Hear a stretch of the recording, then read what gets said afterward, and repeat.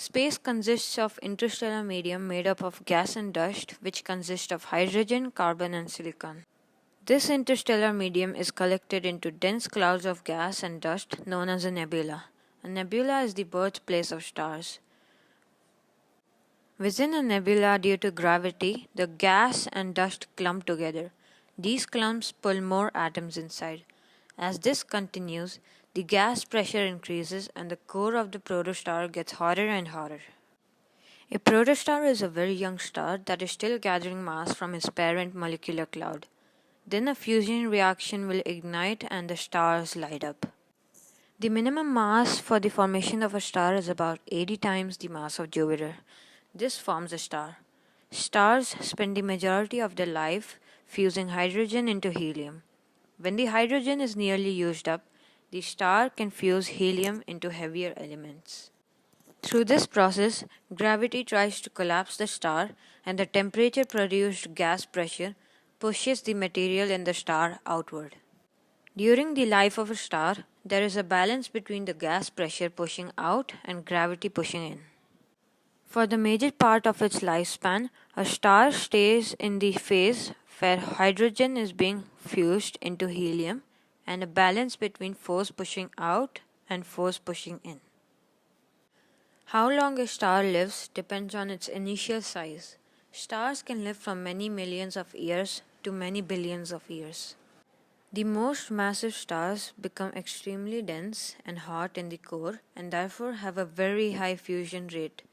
The largest stars use up their hydrogen fuel fastest and therefore live for the shortest time.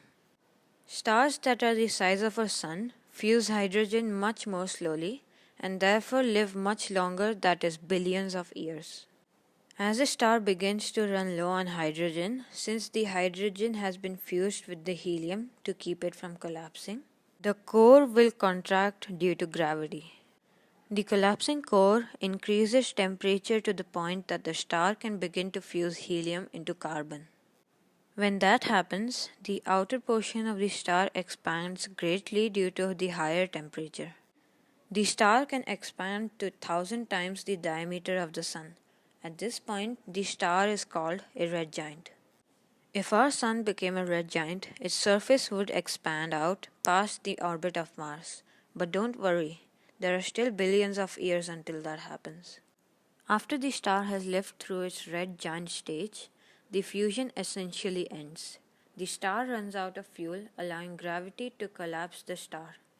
Some of the outer layers of material will be blown away and the core becomes smaller and denser. The core will become either a neutron star, a white dwarf, a black dwarf, or a black hole. Low mass stars become a red giant and then blow off some outer material which dissipates in the interstellar medium after a few 100,000 years. The remainder of the star shrinks to a white dwarf. After a few billion years, white dwarfs cool to become black dwarfs. Medium mass stars become a red giant and eventually become a supernova.